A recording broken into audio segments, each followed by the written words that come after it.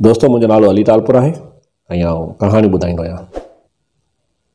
अॼु तव्हांखे मोहतरम जमाल अबड़े जी लिखियल कहानी शाह जो फर ॿुधाईंदुसि। मरियम ॾाढी वणंदड़ हुई, सभु चवंदी हुई मामा मामा। 5-6 सालनि जी ॿारड़ी हुई, वार किका गुलाबी रंग ऐं नंढड़ियूं ॿाहूं अहिड़ियूं गोल ऐं वणंदड़ जो छा ॻाल्हि कजे।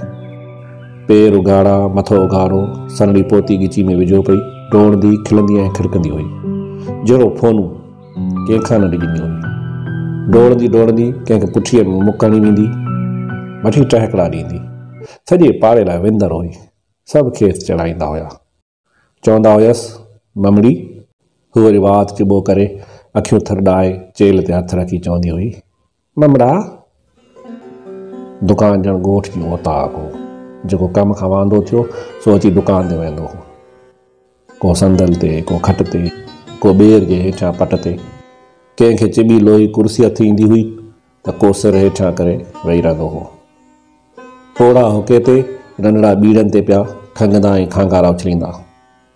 के घणे कम जा निपुड़ियल त के ॻणतियुनि जा ॻारियल, कंहिंजो रतु चूसियल ऐं रॻूं फूंडियल त के वरी अणपूरी खोराक जे करे कुॿाटियल। कंहिंजा भिरूं पूरालनि वांगुरु मथे छिकियल हूंदा त को कावड़ो ईंदो। को बेघर वेही आयो हूंदो त कंहिं ते ताज़ी पुलिस जी समन आई हूंदी।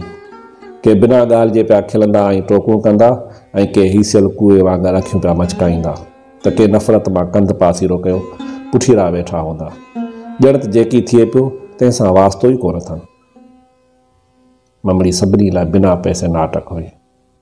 कंहिं मूड़ल जे मुंहं में जूह विझी वठी टहक ॾींदी। कॾहिं कंहिं कावड़ियल जे कुल्हे ते टिपो ॾेई वठी लोॾींदी। कॾहिं लिकी लिकी कंहिंजो नक खणी झलींदी। सभु ॾंद टेड़े वठी खिलंदा। ममड़ी वठी भॼंदी। जंहिंसां हरकत कई हूंदाई तंहिंजो होरियां होरियां पासो अची वठंदी ऐं चवंदी मामा पैसो त ॾे। जे पैसो न हूंदनि त बि पंहिंजे खंदे खेसि शइ वठी ॾींदा।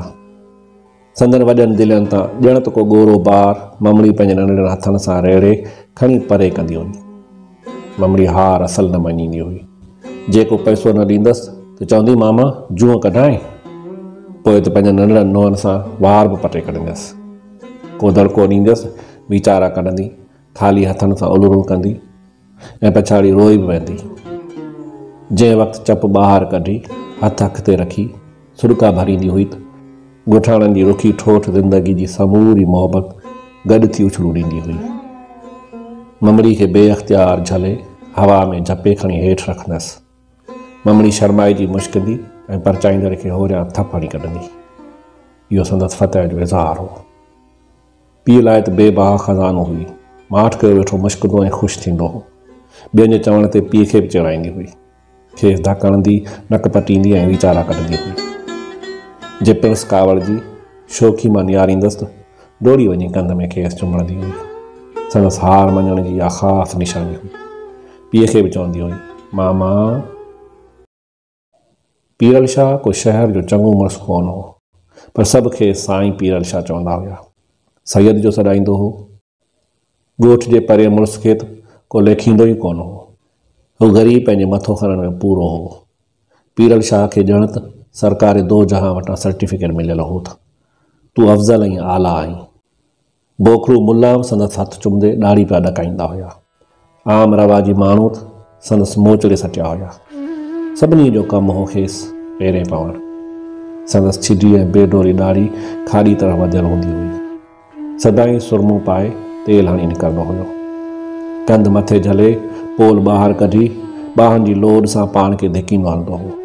सपाटे जी खुड़ी पेर सां ठकाव कंदी ईंदी हुयसि। कंध मथे हूंदो हुअसि पर अखियूं नूर वांगुरु पयूं फिरंदियूं ईंदियूं हुअसि त को मूं ते खिले त कोन थो। शाह लंघंदो हो त ममड़ी बि माठ थी वेंदी हुई। संदसि वञण खां पोइ कंध मथे करे पेर मिटी सां घसाए ॿाहनि खे पोइ ते सटे धड़क धड़क करे हली ॾेखारींदी हुई। जे शाह कंध वराए पोइ ते ॾिसंदो हुअसि मुंहुं फेराए वात ते हथ रखी खिल खे रोकींदी हुई। उन वक़्तु संदसि शरारत ॾिसण वटां हुई। अॼु ममड़ी वेचारी खे पैसो कोन मिलियो हो, पर पीरल शाह पे आयो। पहिरियां त हीसिजी वई, पर पोइ ॿाहूं सिधियूं करे नंढड़ो हथु वधाए कंध लाड़े इलाह सां चयाईं मामा पैसो ॾे। शाह खे ॼण थाॿो अची वियो। ॿाहूं लोॼाई, मथो लोॼाई, कंध अञा बि मथ भरो कयाई। मामा शाह खे गिफ़ वहण लॻी। बाह थी वियो। कुते जी धी तुंहिंजी त। ममड़ी हार मञण ते हिरियली कोन हुई। हिकदमि ठोशो ठाहे हेठि चप खे चक हणी अखियूं फोटारे बीह रही ऐं चयाई, ममड़ा। पर अॼु संदसि मुक़ाबिलो के ॿिए जानवर सां हो। बगड़ वारी रूमड़ कयो सिधो हलियो आयो। उमतण थी करे अहल बैत खे मामू करे। हिक ई लत सां ममड़ी लीथड़ियूं पाईंदी वई। खांसि हिकु तहां निकिती। शाईं। शाह सॼो कावड़ में पियो ॾकियो। चई ॼण ते झलियसि। चए, अहल बैत खे मामू, अहल बैत खे मामू। जीअं ते शाह उन ते गौर कयो तीअं ते खेसि इहा वॾी गार नज़र आई। पीउ पंहिंजी धीअ जे मथां वेठो रहियो। ममड़ी अखियूं खोले पीउ खे तहां ॾिनी। मामा साईं पेशो। प्रिंस ममड़ी जे मथे ते हथु रखियो। संदसि वार वार खड़ो थी वियो। हिन असल न रुनो। संदसि बदन मां चिणगूं ते निकितियूं। हिन जूं नासूं फुटारजी वियूं, मुकूं भीड़िजी वियूं, ॾंद ॾंदनि सां मिली विया, अखियूं हिक हंधि खुपी वियूं। वयूं नंढड़ियूं थींदियूं, वयूं नंढड़ियूं थींदियूं, ॼण त कात हुया। ऐं चयाई, शाह जो फर।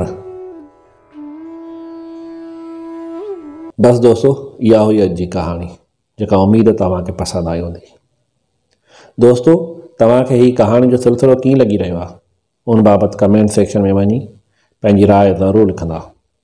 ऐं हा, जेकॾहिं तव्हां नवां आहियो त मुंहिंजे हिन YouTube channel Ali good life खे ज़रूरु सब्सक्राइब कंदा ऐं हुन सां गॾु बेल जे बटन खे पिणु प्रेस कंदा त जी हर ईंदड़ नई कहाणी तव्हां ताईं आसानी सां पहुची सघे। दोस्तों, जेकॾहिं तव्हांखे हीअ कहाणी पसंदि आहे त हिन खे लाइक कंदा ऐं पंहिंजे दोस्तनि सां शेयर पिणु कंदा। पाण वरी जल्द मिलंदासीं ईंदड़ नई कहाणी में। तेसिताईं अल्लाह वारी।